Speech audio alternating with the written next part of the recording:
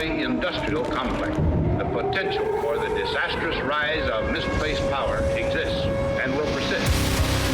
Whether we believe in our capacity for self-government or whether we abandon the American Revolution and confess that a little intellectual elite can plan our lives for us better than we can plan them ourselves. That the only thing we have to fear is fear itself. Fear itself. Fear itself. Fear itself.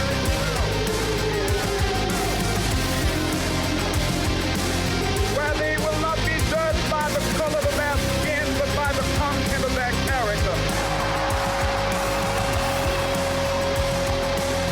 We shall fight with growing confidence and growing strength in the air. We shall never surrender.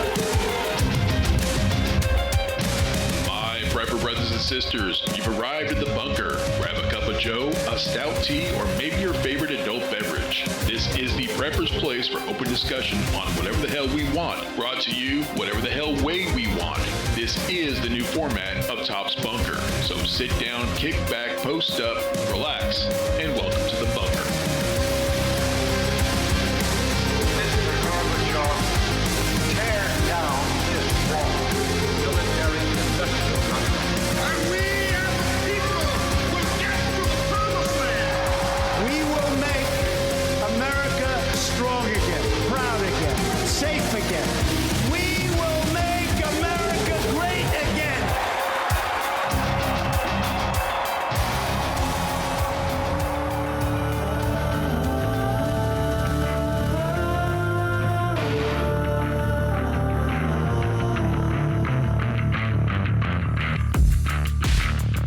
Preppers, survivalists, off-gridders, homesteaders, and the like. Welcome to Top's Bunker, a podcast for preppers. Email shtf@topsbunker.com, website topsbunker.com. Don't forget to check the show notes on your podcast player for valuable links and extra info on this episode. I want to thank y'all for joining us. We've got a great show for you. Tonight, we're talking about this heat wave that's got everyone overheated and sweating. No worries, the power grid is running steady for now, but the sun doesn't give a damn about our thermostats, our comfort, our little climate-controlled lives.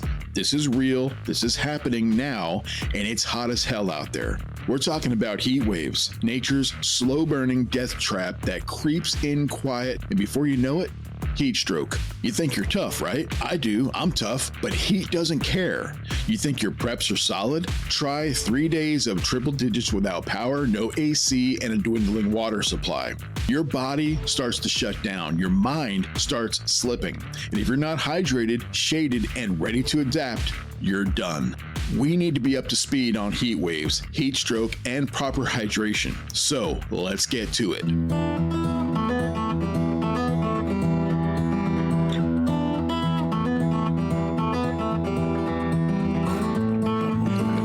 But I was talking to her about the show and how, the beginning and how people loved it, but I want to do something different. I want to do something new, for the show. It's old. It's been around for a while. It's the second one, if you remember correctly. Mm-hmm. Actually, the third iteration, but really the second beginning. And but I don't think anybody who I talk to ever gets it, that it's supposed to be like people being ushered in from this, this destruction that's happening outside into the bunker. Mm-hmm. And then, have a seat, grab a cup of joe, and then relax, and then welcome to the bunker. It's supposed to be everybody coming in. And she's like, oh shit, that's what that means?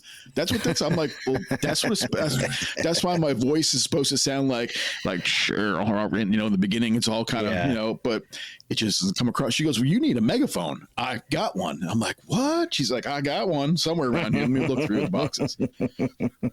And so she found one. So now I'm working on a new beginning where it actually is going to sound kind of cool with new music and everything. So, yeah. Hey, I was listening to another podcast, and they were, oh fuck! Now she wants to call.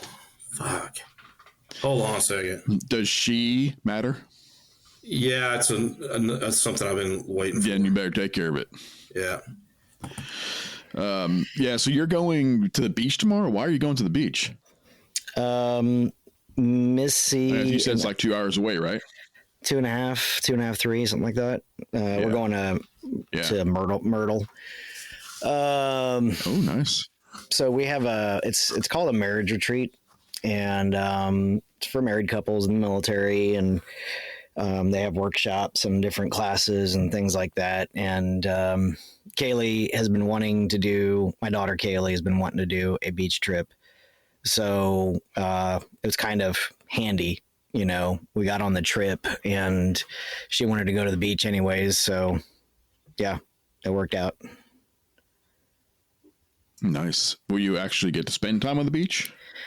Yeah, we'll have down, you know, there's only a certain number of classes. I'm not a huge like beach person. Missy can lay out in the sun and fry like a lizard for hours. I don't know how she does it. Women. That's women. They all can do it. I'm just flabbergasted. I would like melt and start burning into flames and then probably explode and whatever else. I don't know. So, but yeah, we'll be. I'm a morning beach person. Early morning. All right. Yeah, early morning, and in the evening, of course, when the fishing's good, you know, in the evening. So right, exactly. And I thought about taking. Once again, we got a bit of a delay, as you can hear. Jeremy and I are talking over each other. Yeah, I don't know if it's yours, mine, or whoever's, but we're gonna roll with it. I didn't have that big of a problem last week doing the post. I had to fix a few things here and there, adjust time a little bit, but it worked out. You know, because the thing is, if we were just to do the show straight through, record, and then I could just take your whole entire recording line, your sound wave, and just sort of slide it over a little tiny bit, it would match. But we're not doing that during the show. We're actually making up for it. Like when we talk over each other, you'll stop. So that affects that whole trying to move the timeline thing. Yeah. So it really wasn't as bad as I thought it was. It probably only cost me about an extra 20 minutes, you know, as a whole, and on the whole, like 5 or 6 hour deal. So no big deal. We'll just, we'll work with it. So, hey, if the listeners, if you guys hear us, you know, Jeremy and I talking over each other, that's because we both like to talk, and we're experiencing some sort of a delay between our microphones and our headphones, and that we'll figure it out at some point, but it's not going to ruin the show. The show must go on, as they say. Right. So the show must go on. Yeah. You with us, buddy? Yeah, I'm back. Yeah. Cool. So emergency handled. Yeah. Just one of those things. I've been waiting on a phone call all day, and perfect timing. So yeah. Anyways. So taken care of. What else is going on? So Jeremy, you're going to be away for a couple of days, and then you're going on contract, right? Yeah, we'll be at the beach for a few days, and then the day that I come back, I'll be on contract that night. It'll be a late night into the morning, and then it's gonna be fun being out in the woods of Camp McCall, getting destroyed by mosquitoes and whatever other creatures living out there. Oh man, they're gonna be terrible now with all that rain. Holy shit, dude! Who are you telling? They're terrible around my house. You might have to tie your hat to your head, or like a bonnet or something, so they don't take off with it. That's an Alaska joke, by the way. They're so big in Alaska, they'll take your hat off. Man, Alaska and Siberia, you wouldn't believe, but up north where the seasons are sort of cold, but in their summers they get mosquitoes that it's like you're being invaded. It's horrible. Yeah, it's terrible, but I don't know. In any military base I've ever been anywhere in the world, it's just the shittiest place. So, mosquito wise, I mean, I can't. I'm flipping a coin between Fort Riley, Kansas, Fort Polk, Louisiana. Those two, and Fort Stewart, Georgia was pretty bad too. So, flip a coin. Yeah, I would say probably the worst place I've ever seen flies and mosquitoes in literal like clouds would be Saudi Arabia. So, yeah, wow. I did not believe that there was. I knew the flies would be there in the Middle East, but the humidity. The place I was at in Iraq. Humidity in the desert. Well, we were right by the Tigris, so we were in this little fertile valley, along the river, and it was humid and hot. and mosquitoes. I couldn't believe it. I was like, Wow. oh, where the hell am I? This is a dream. So it was a thing for sure. Well, a word of warning out there to those who may want to keep birds. We have a whole lot of birds. Right? I don't think anybody realizes that right now. We have our 21 chickens. We have our added 10 chickens that are in the brooder. They're probably about 4 to 6, about 6 to 7, 8 inches tall. And then we also have 25 guinea hens that are about 8 to 10 inches tall, all in the same brooder. And then we have 4 turkeys, which are almost a foot tall now. They're pretty big. Let me tell you something about flies. You don't even know about flies until you get chickens. You don't know about flies. We have fly traps everywhere, and we're managing to keep them out of the house. But we have, first of all, we're out in the middle of the woods, so you're always going to have flies anyway, especially when you're in our kind of a region where you've got damp areas and all that sort of thing. And it's fly heaven. Anywhere you go, even in Texas, we have lots of flies. Once you get chickens and birds, any kind of fowl, you're going to get flies. And I mean a lot of flies. I can't even explain it. I'm going to take some pictures and show you guys the traps. We have, I think this is one of the worst summers I've seen of the flies and gnats. The gnats are like driving me out of my skull, but the flies are hanging out by the front and back door, like waiting for their opportunity to slide inside because of the AC. Right. You think that's what it is? You think it's the cold? No, yeah. I mean, who the hell else wants to be outside in that kind of heat? Dude, it is disgusting out there. You've seen those fly traps that are kind of like they hang from the ceiling, the little skinny sort of tape stuff. Mm-hmm. We have them, but they're kind of around here and there, out by the brooder. And the brooder's in the garage. There's no air conditioning or anything. Everything's just wide open. And I built this big, gigantic 6x6 by 8 foot tall house made out of chicken wire and wood. And that's where all these new birds are living. Not the turkeys, but the new birds. The turkeys were getting too big. Turkeys were actually, were in there with them. And we had to separate them because they were grabbing the guinea hens and the chickens by the legs and flinging them around. I'm not even kidding you, man. The turkeys are vicious until they get bigger, and then they become loving, and they just follow you around the property all day. Dude, turkeys are assholes. Dude, they're assholes, man, and it's crazy. But yeah, that's where they are. So we had this other fly trap. It's the same thing as those little ones that are strips of tape, but they're big. They're a foot wide, and it's a big roll. Almost looks like kind of like a paper towel roll, whatever, but it's sticky on one side, and you kind of pull it all the way out. So one day, and the flies kind of congregate around the floor area out there. So I pulled it all the way across the floor, about 15 feet from the back of the garage all the way to the front. By the end of the day, you could not see this thing anymore. It was completely covered with dead flies. Wow, that's a lot of flies. You get birds. Once we get them, out and about, there'll be less around that area. But even out in the yard, I mean, one thing you have to remember about having chickens, another thing people probably don't think about, because everybody wants chickens. Chickens are the gateway animal, to having your own homestead. It's the gateway animal. So you're always going to get chickens. One thing you don't realize, they freaking shit everywhere. They poop everywhere. Everywhere and anywhere. They don't care where they are. I had a couple of chickens run into the house one day. Didn't even realize it. And I'm like following them around the house, jumping all over the place, and they're shitting in the house. And I'm like, what do you, we don't shit in the house. What are you doing? That's not where you go. You go out in the grass. You don't go in the house. Oh, man. So yeah, it's bad. And they poop and pee at the same time, by the way. You'll notice that chicken poop is white and black. That's kind of like the poo and the pee. It's all in one big gooey freaking mess. It's nasty. That's shit you learn every day. Every day. Oh, wait till the turkeys get big, because from what I heard, their poops are bigger than dog shits. Oh, dude. That's what I heard. So we're gonna see. Turkey scat's no fun, man. Yeah, well, you would know because you hunt turkeys, right? Yeah. Yeah, and I have a deep-seated hatred for turkeys. I like to eat them. I want to murder them, but I don't like them. They're mean, nasty animals that just.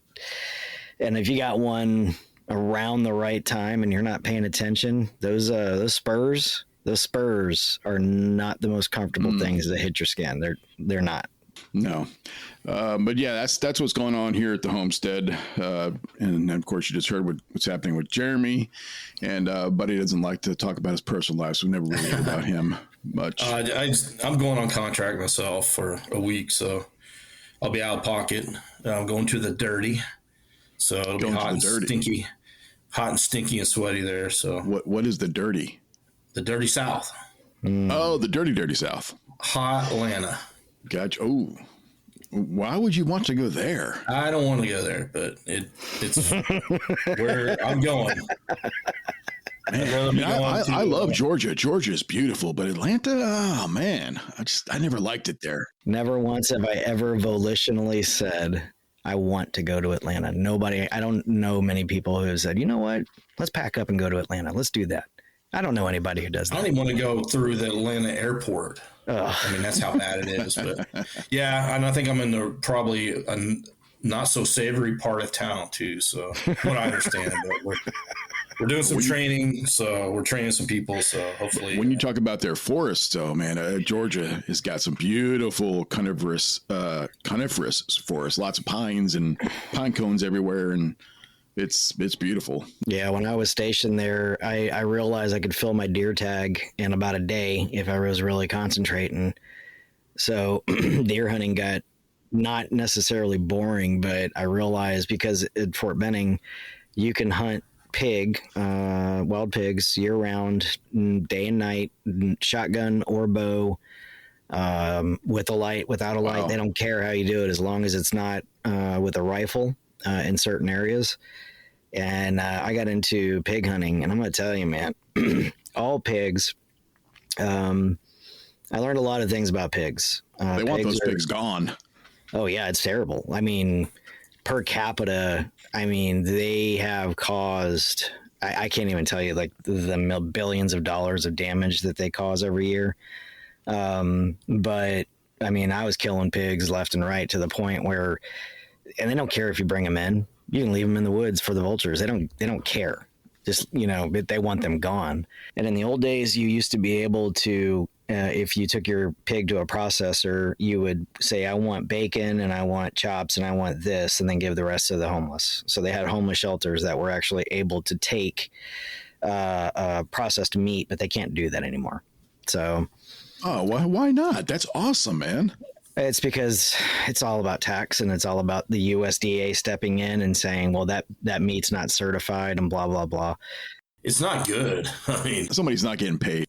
What do you mean by it's not good? But I've never liked it. I've tried. I had a pig hunting company for about a year out in East Texas, and I would run out of ammo before I'd run out of things to shoot at night. And it's kind of like it's Georgia. You can spotlight them, you can do whatever. Yeah. And I tried to eat them. I just couldn't do it. So why the pig doesn't taste good? Interesting. So the ones that, a regular pig that's on a farm can become feral in less than 2 weeks. What I would look for, and that's actually the majority of the feral pigs that they have out there. They grow feral extremely fast. A lot of people don't know this, but all pigs, even domesticated farm pigs or wild pigs, they all have worms, and all pigs have tusks. And in the farming industry, of course, they're called wetters. And you got to file the wetters down every so often, or else those tusks will continue to grow. But the ones that I would look for were the ones that look like at one point in time they may have been on a farm. They're a little bit better, but I don't know, man. Wild bacon. There's something about wild bacon that is magical to me. It's sometimes I would kill a pig though and get it opened up, and I used to carry a small thing of vinegar with me, and you put a little bit of vinegar on the meat inside of the pig, and the worms would start coming out. That's disgusting. It is absolutely disgusting. However, you had to judge, is this an acceptable amount of worms or is this too many worms? But yeah, all pigs have worms, all of them. Dude, that is so nasty. That is just nasty. I didn't know that. The smaller the pig, if you can shoot a smaller one, they're more tender. They're not as bad, but if you get one of the alphas or one of the bigger sows oh man, it just tastes so gamey. I've tried everything I could think of and was told to actually, make the meat taste better, and nothing worked at all. Yeah. So I'm not a fan. All right. Well, now that you guys have wasted most of the time of the podcast talking about shit, why don't we go ahead and jump onto I wanted to try and make this a short, realistically reasonable timed podcast, if we could possibly do that. But we're talking about this incredible heat wave. Yeah, so it's stank hot outside. Man, it is freaking hot. It was not this hot. It was hot last year, but not like this, man. This is hot. And humid. The humidity is really what's killing me. We have hot summers here, just naturally because of where we're at geographically. But I would say this year, I mean, it's oppressive. It's like unconstitutionally hot outside. It's terrible. And, to the point where if you're working outside and you're doing whatever, and you start dripping, like I'm working on the deck, I got to come inside and cool off. I'll go back out, start working on the deck, got to go inside and cool off and do all those kinds of things. Yeah, and I'm changing shirts 3 times a day because they're just dripping wet. And the truth of the matter is, sweat does nothing for your body unless it evaporates from your body. Mm-hmm. So if you're just sitting around wearing a wet shirt all day, it's not doing you any good. It has to evaporate for you to cool off. Yeah. But are you hitting trip digits down there yet? We're close. We're 98, 99. Heat index is higher. We're about 105 heat index. Right. The other day where we were, it looked like it hit 107, and I was out all day long, working on mowers in the garage. I had a fan on me, trying to drink as much as I could. Couldn't keep up with it. The girlfriend was out working in the flower bed. She felt like she was obligated to work outside if I was going to be there, and she damn near went down. She's like, I don't feel good. Don't go inside. Some man. nausea. I got my head hurts, and I'm like, oh, yeah. Go inside and drink some electrolytes. So. Right. Yeah, right. It's getting crazy, man. I mean, it's time. Honestly, with all the rain we were getting and the cooler temperatures, this year hasn't been that bad so far. Are you getting back in the mowing business? Hell no. Oh, okay. No, this is just between mowers. My place and her place. Gotcha. Yeah, there's some stuff going on with the mowers. You know how it is. Yeah, it's always something. Something. But yeah, no, hell no. I'm not mowing it. I even paid for mine a couple times just because I didn't want to do it. It was out of principle. But, lazy mother. What the hell you doing? I'm just tired of it, man. Mowing 7 days a week for a few years. Well, I'll tell you what, if you're interested, you can pay me to look at it. That's it. Yeah, sit down, drink a beer, and watch it. That's it. I watch it grow. Yeah, but yeah. So yeah, I mean, it's coming on, and I just was doing an extended forecast look for a customer coming up for a few things they got going on, and shit, it looks like the whole United States is either going to be normally hot, as hot as it normally is, or above average. So. I noticed me and you, Keith, we're looking at it's going to be about normal for us, and then Jeremy's going to be above average heat out there. So, yeah, ready, I mean, it's coming your way. It's going to get hotter, dude. If it gets any hotter, my credit score is going to take a major hit. Oh yeah, man. I mean, shit. My last heating bill, or actually not heating electric bill. Yeah, the electric bill was, starting to jump up. So, damn, I'm not looking forward to next month. I think it's reaching global because my mom just got back from a trip to Europe. She went to England and Scotland, Wales, places like that. It was in the 90s, and she said they don't even have air conditioning there. Like they don't need it normally, and they were like, wow, this is like insanely hot, which I've never been there and I don't know anything about the weather of Europe. I always thought it generally stayed like around the 70s and 80s, but she was talking 90s in Scotland, which is north of England. I know most, like when I was in New York, nobody had air conditioners, heaters are a thing, but air conditioners aren't. And the humidity's high in New York City. So I remember one hot day, I just looked at the X and I was like, hey, we're going we're going to go buy an air conditioner. I don't give a shit what it costs. Where I grew up in New Jersey, which is right there by New York, if you had central air, you were rich. Nobody had air conditioning, and we weren't rich at all. We were kind of poor. We had a very, very small house, and we had the window units, and we didn't even buy new ones. Like, we just had whatever was available on at a garage sale. And we would just stick them in the window for a month or so, and then take it back out again. That's what we had when we lived up north. But here in the South, like in Texas, you cannot live without central air. I mean, I don't think a lot of people who are listening to us understand, but without central air, you can die. People die of heat. Yeah, it's definitely life and death. Yeah, right. And growing up, one of my favorite things to do, and I, talking to my dad later on in life, one of his favorite things to do was to go out to both of our grandparents, my great grandfather and grandfather. We would go out there, and summertime, it'd be 100 and some degrees outside, hot in the house. They just had fans; they didn't have air conditioning units, and so they slept outside. One under a tree, just outside. So, not weird. It was camping to me. I had fun, but looking back on it, I was like, how the hell, did people get by without air conditioning? But I guess harder people. No, sure, and we also lived differently back in those days. And I'll tell you a couple things. One, if you've ever seen in movies and maybe even in real life, you've seen the houses that are old houses, 100 years and plus, and they had when you walk in. In your front door was a big double door, and if you walk in, it was a giant hallway that went all the way to the back of the house with more doors, and everything else was off to the sides, including the stairs going up. Well, that was because there was no air conditioning. We didn't have air conditioning back in those days, and that was a natural form of cooling of the house. So they would open the front, open the back. The breeze would blow through, and it would suction just from natural suction. It would suction the other rooms out into that area and flow out. It was all part of a way to ventilate your house. We also had something that I would be willing to bet most people don't even know this, and I was blown away when I found this out. That not even just 100 years ago, maybe even less, maybe 80 years ago, and then all the way back, there was something, we didn't sleep through the night. There was something called first sleep and second sleep. Have you guys ever heard of this? Yes, I have. I think my grandparents actually practiced it. So did they really? Okay. Yeah.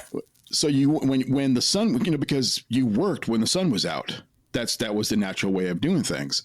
And when the sun goes down, you were inside. And most people, as soon as the sun went down, they would eat dinner and then they would just go to sleep. They might hang around for a little while and talk and, read a book or something, and then they would go to sleep. Then a few hours later, 3 or 4 hours later, they'd wake up in the middle of the night when it was nice and cool, and they would stay up. And they would enjoy each other's company, read a book, do a little bit of this, a little bit of that, walk around their property. They would enjoy the cooler night air. Then they would go back to sleep until the sun came back up again. First sleep, second sleep. Look at it. If you don't believe me, I know it's crazy. If you don't believe me, look it up. It's actually true. So, and the South in the United States was nothing. The South was a cesspool, was a mosquito pit, basically. When air conditioning was invented, central air, it changed everything. Houston became this tiny little settlement into this massive city. I mean, air conditioning is why we have places like Houston and Dallas and San Antonio. Now, I know these are old cities that go way, way back, but people didn't populate them like they do now until we were comfortable enough to be able to live in them. Everybody wanted to be up north where it was cool. Yeah, and siesta, that was a thing as well. When like right now, the heat of the day, definitely. Oh, yeah. Definitely come in. And I remember going out, and I grew up on one side of a dairy farm, the other side was a horse farm. And so, grandfather had the dairy farm. So we would go out and do all the chores. And like you said, a lot of times we were up before, 3, 4 in the morning. When it was cool to do certain tasks. You fed a lot of the animals in. Right. You did a lot of things, and then started milking the cows, doing, most of the labor stuff. And wintertime is a little different schedule, but summertime definitely. And then about 10 o'clock, 11 o'clock, you're out after you work in the dairy yard, you're with the cows and stuff. Then you go over to the garden and you pick some garden, bring it in about 11 o'clock or so until 5 or 6, man, until you had to go out and milk again. We were inside, just taking a nap, just chilling. You just, and they had a swamp cooler. So, I had a house with a swamp cooler a while back. Yeah, that's wild, man.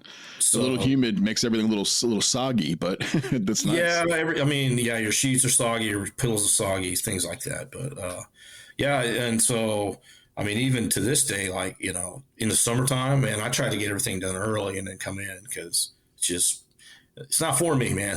No. It's a bad practice, I guess. No. And right now, because of this heat wave, which is what we're talking about tonight, this heat wave, right now, I'm coming in at around 2-ish and then going back out around 5-ish. And I'm doing inside stuff. And sometimes that inside stuff is just taking a nap. Sometimes I'll just sit back. I already worked 4 or 5, maybe even 6 hours by then.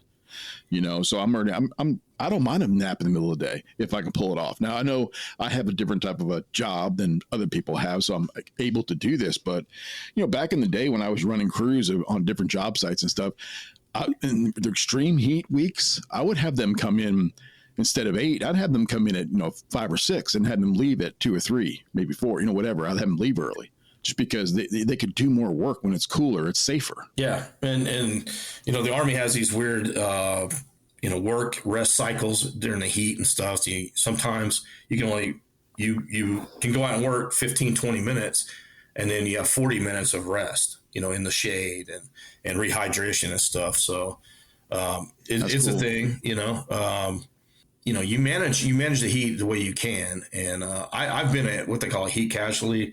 I've gone down with heat stroke. I was a wrestler back in the 80s and 90s when you used to wrap yourself up in these plastic suits and get into a 110 degree wrestling room and just hell, I passed out as a kid several times.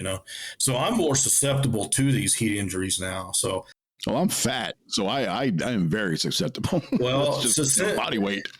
Ever since I've gotten out of shape, got in my body's changed a little bit, I got a little older and stuff, I really have to watch it hard because it's something that I can't get hydrated enough. I can't drink enough electrolytes. I can't drink enough water. So I have to really watch and manage it, and not do something stupid. I can tell when my body's getting close because I'll start to get jittery and maybe a little dizzy, and I'll be sweating profusely, and I can just tell, like in my head, maybe I'm starting to get a little bit of a headache in the back, and I know it's time to go where it's cool. And sometimes that's just a matter of getting in front of a big blower fan, in my shop, and just sitting down, having a vape, and putting the blower fan on me, listening to some music for 15 minutes, and it just really cools me. Especially if you're sweaty, it just cools you right down. Sometimes I actually have to go indoors and get some of the AC.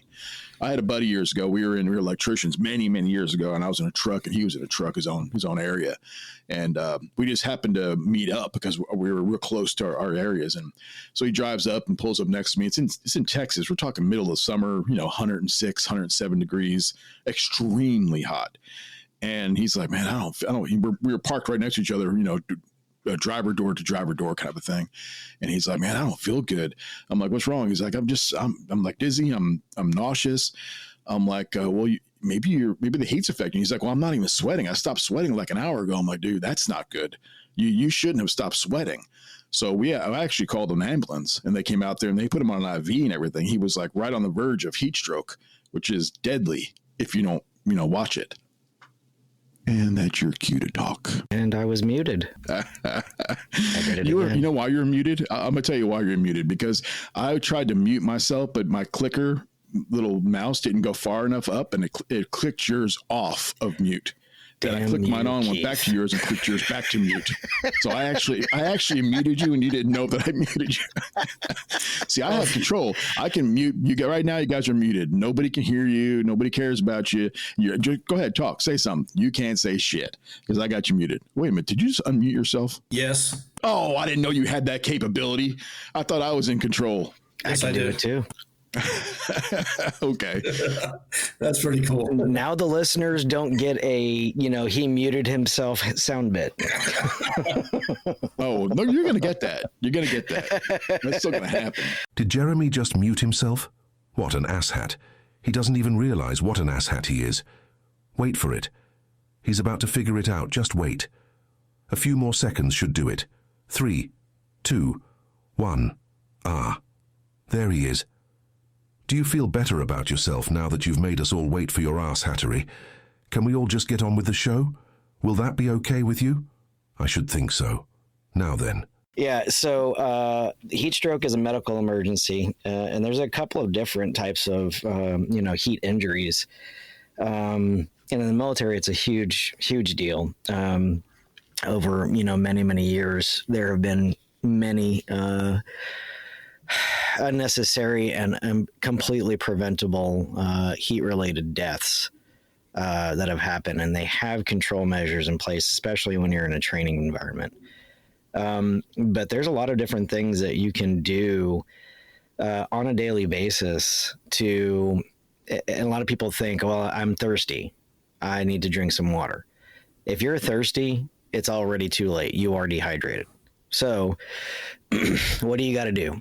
You got to drink water on a regular basis throughout the day, regardless if you're doing physical exercise or not. But it's not just drinking water. You have to consume foods and sometimes supplement your water to actually make the water do what it's supposed to do.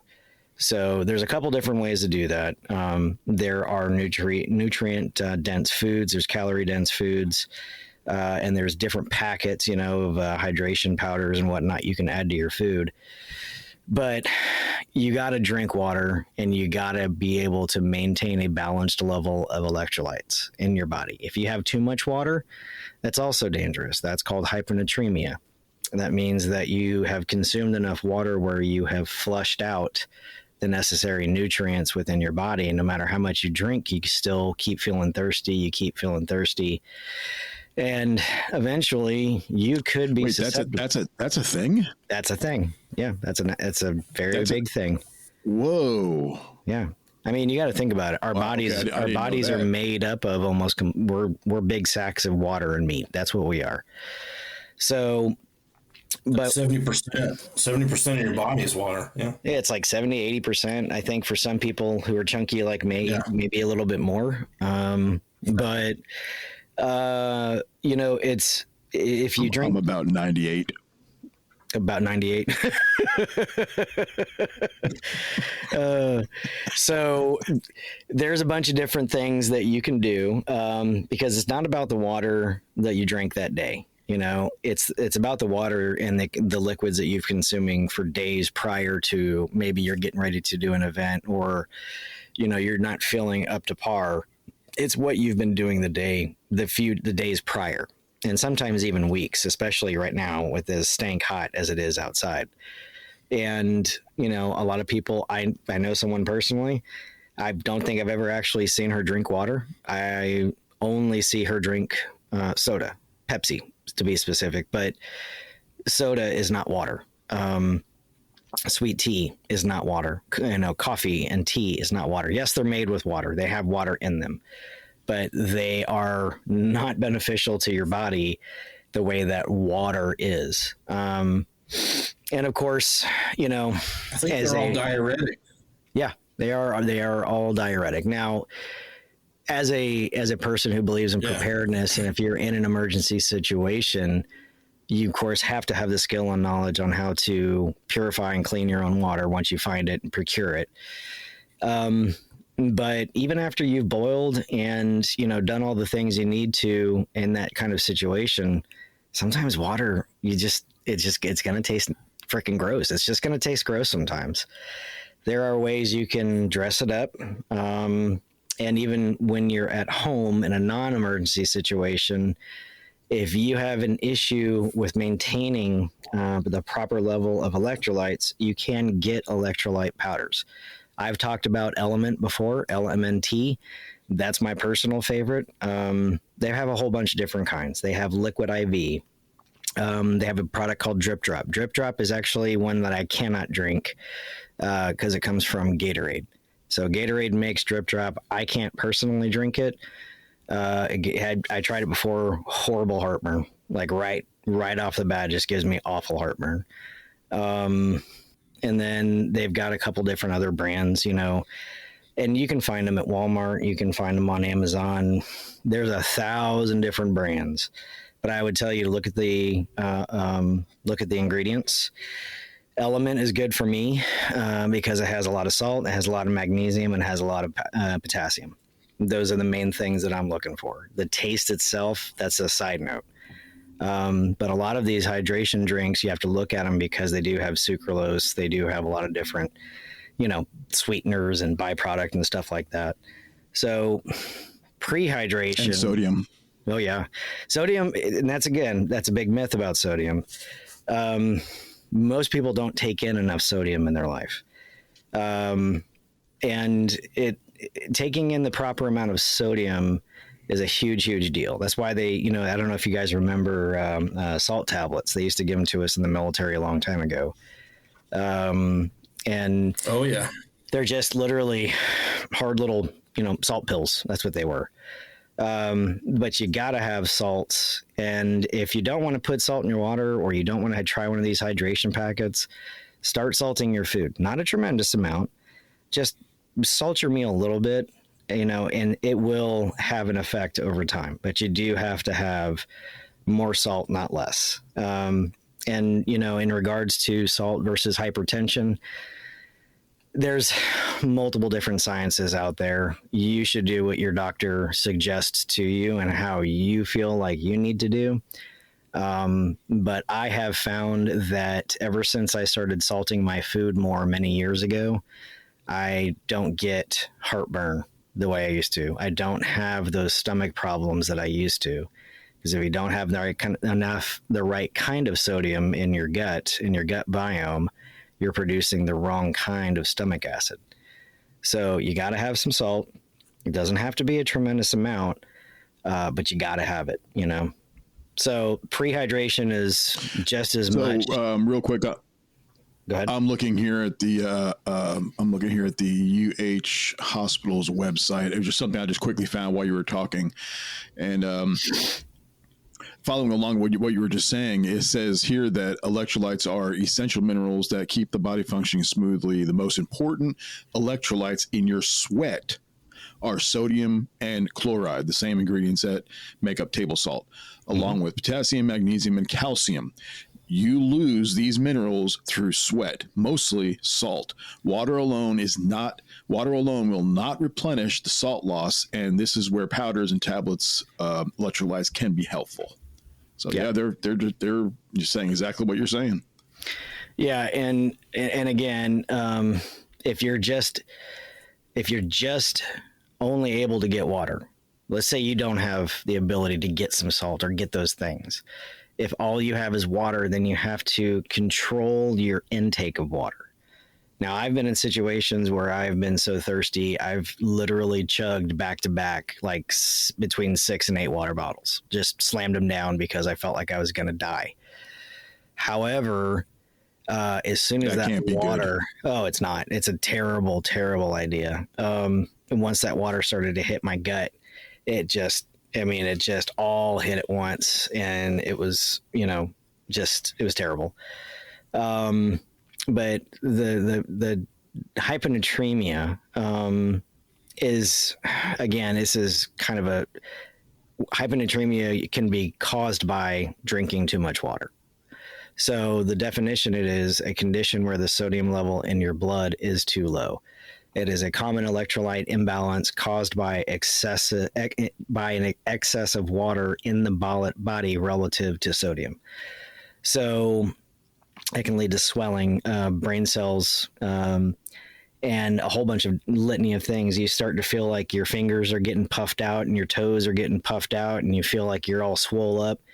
So too much water intake flushes out the required amount of sodium and other electrolytes in your body. So that's what that is. So again, if you don't have the ability to add electrolytes or salts, you have to control the intake of your water. You have to sip it. You have to control yourself from slamming it down, especially if you have a limited supply. But it is easy to just chug back a whole, bunch of water all at once because you're thinking, well, it's just water.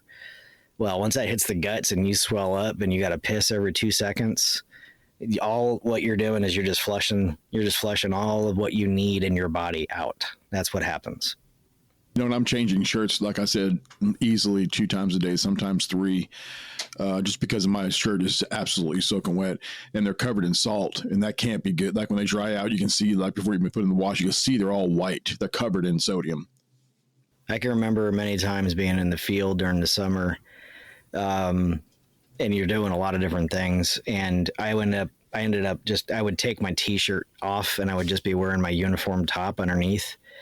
Or take the t-shirt off and just have my uniform top. And when you get done doing whatever it is that you're doing, your shirt's completely soaked.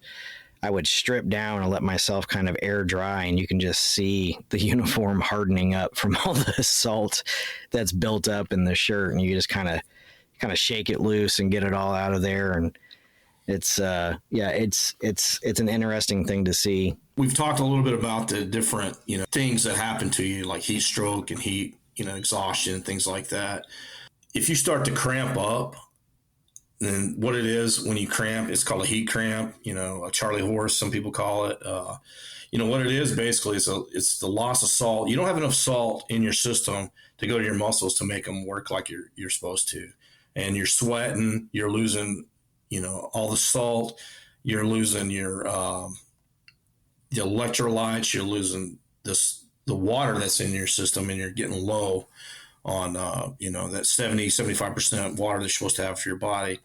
And so you start to cramp up. And, one of the treatments for that is, and this goes across the board to it, all these different heat injuries. You go in and you get out of the heat. Number one, you try to get into a cool area. If you don't have, air conditioning or a fan or anything, you might be in a field environment or way out in an austere environment.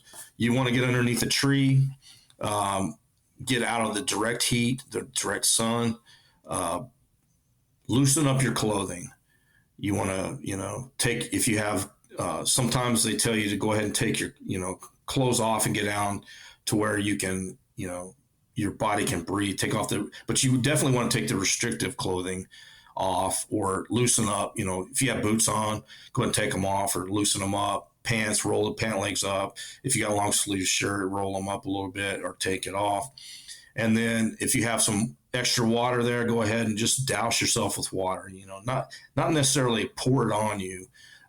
If you have a stream next to you, you can, put it on, and, it's called a water bath. Or, if you don't have a lot of water, you can take a canteen or a liter of water or a bottle of water, or whatever, and pour it over your head and your neck area.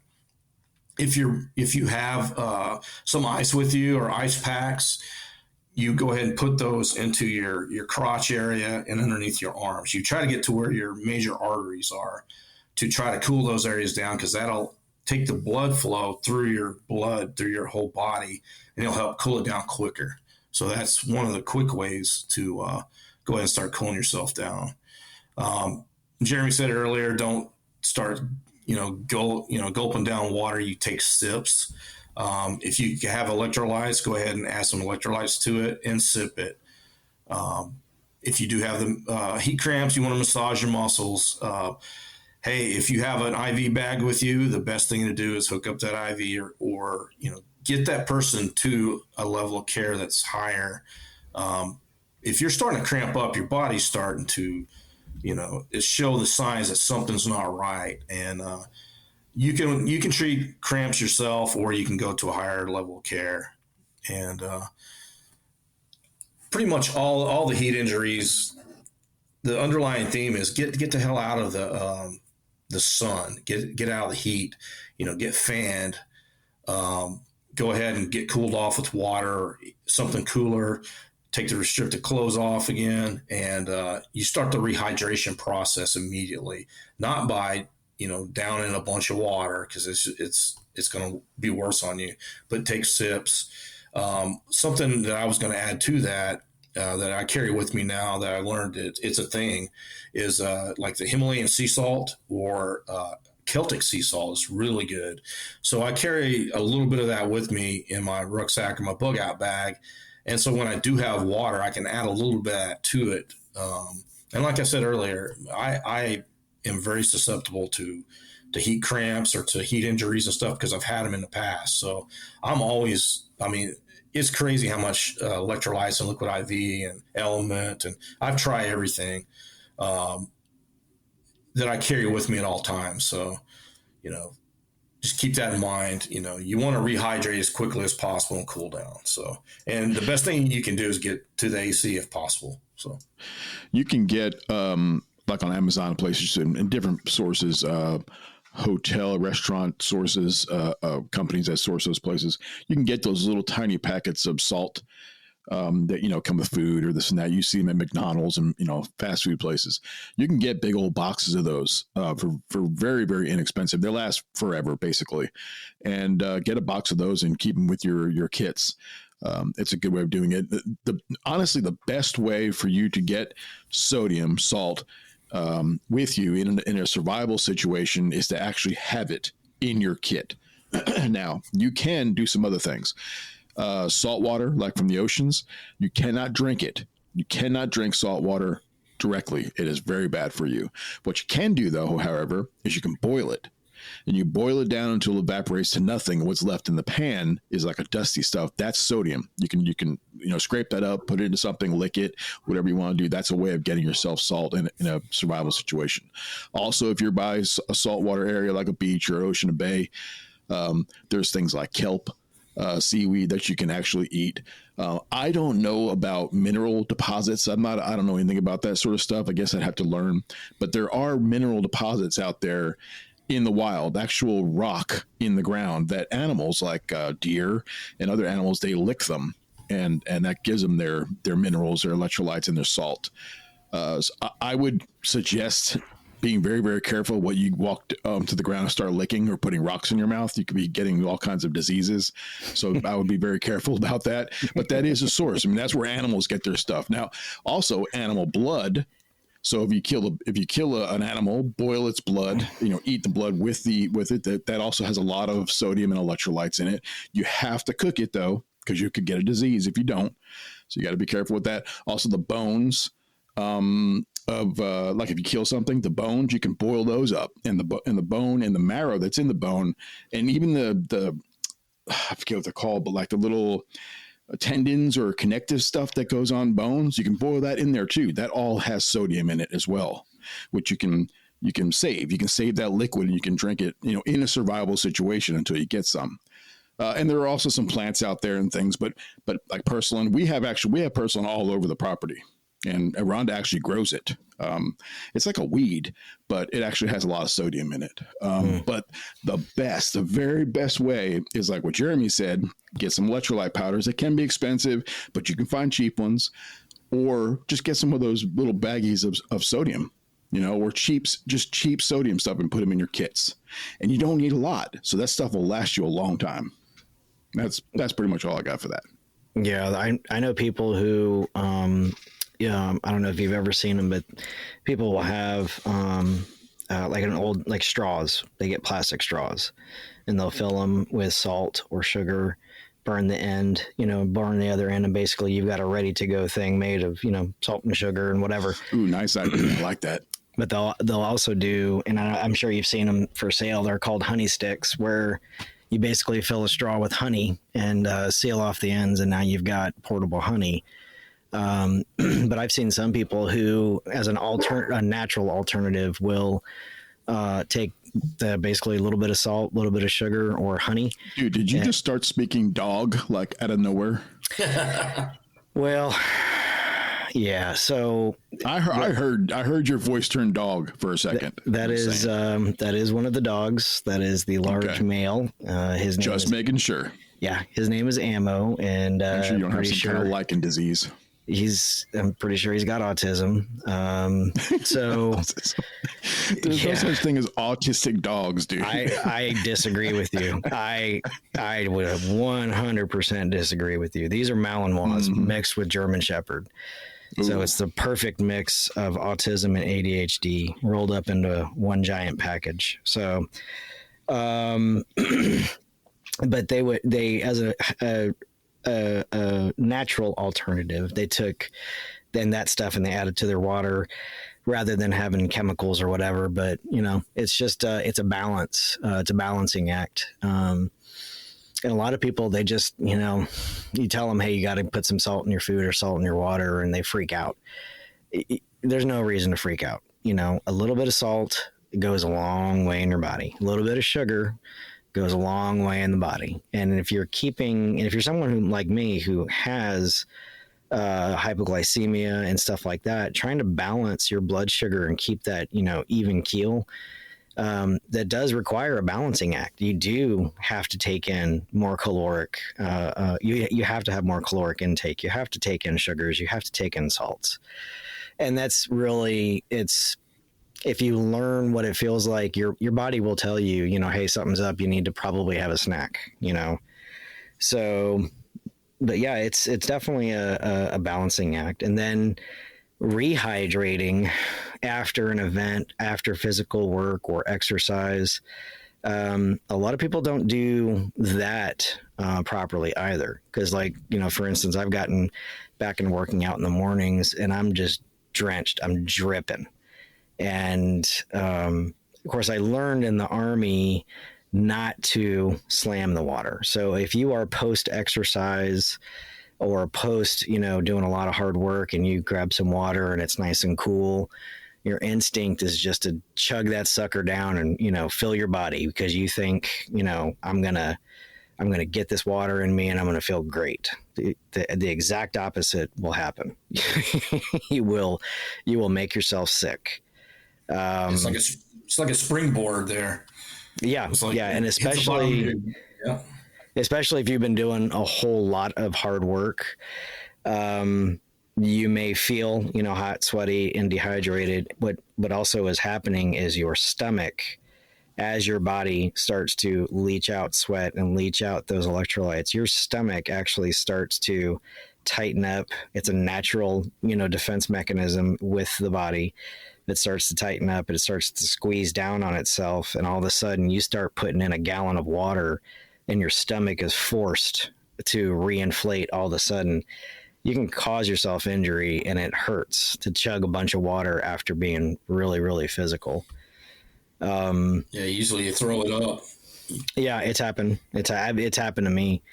I have taken in way too much water all at once and just felt like all of a sudden it almost feels like getting punched in the gut, because your stomach literally just reinflated all of a sudden. And it's just a really uncomfortable feeling.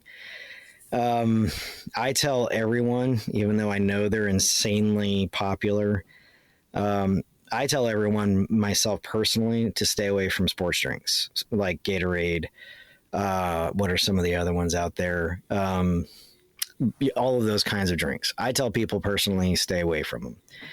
You can get better absorption and better quality within powdered mixes than you can with all the crap that you find in those drinks. There's some of them are better than others. Gatorade started out as a salty drink that was given to the Florida Gators. A long time ago, because dudes were going down left and right from drinking just regular straight water all the time. So they came up with this mixture, and it became extremely popular. I thought that Bobby Boucher. It's the water from a glacier. It's always cold. I'm gonna watch that tonight, man. I just love that movie. Yeah, that's a pretty good one.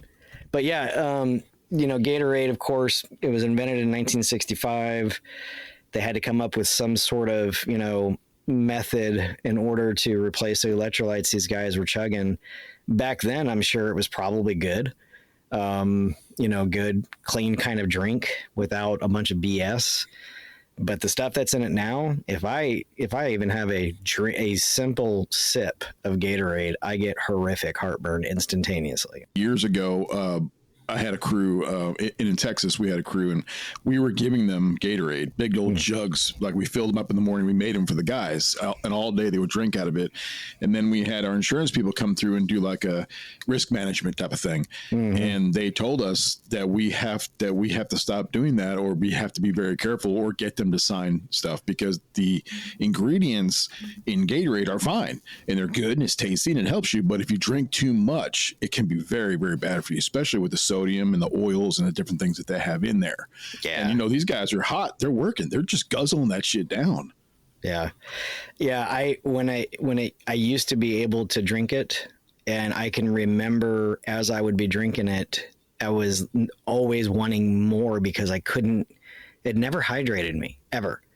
And stuff has changed over the years. When I was a kid, I'm sure it was probably somewhat of a normal drink, but now with like all the different dyes and all the other crap, gums, everything, and oils, and it's got a lot of stuff in it, man. It's like high fructose corn syrup, just trash, man.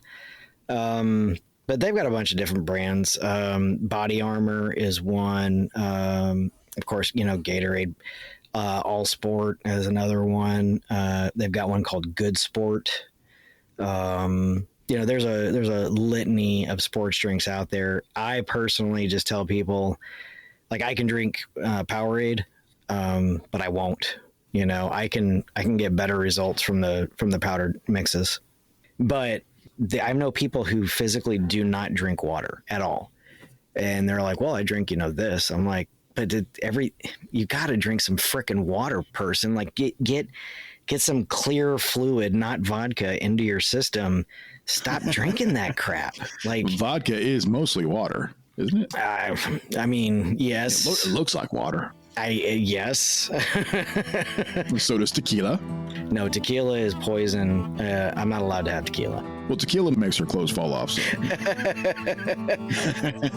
My prepper brothers and sisters, when the mercury rises to unbearably dangerous heights, it's easy to assume that the power supply will stay on. The water will keep flowing, and relief is just a thermostat away. As preppers, we've made sure that we have what's needed to beat the heat. As survivalists, we have the skills to think on our feet. Today's episode was nothing more than a reminder that even something as simple as heat can become a life-threatening force if we're not paying attention. We don't need high-tech gear or a bunker full of gadgets to beat the heat.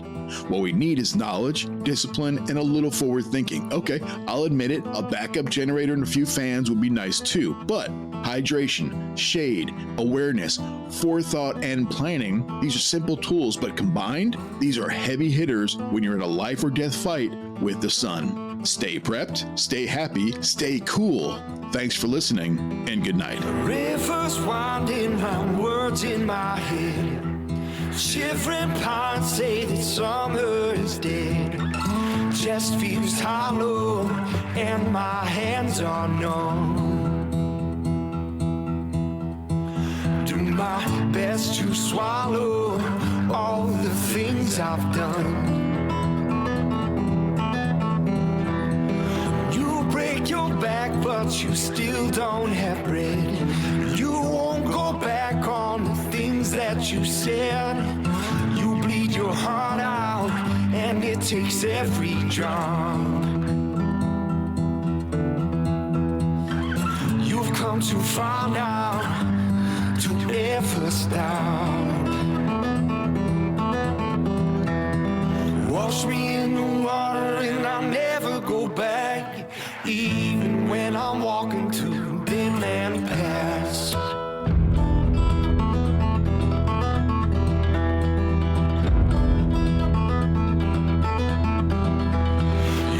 Trust a man cause he'll just let you down.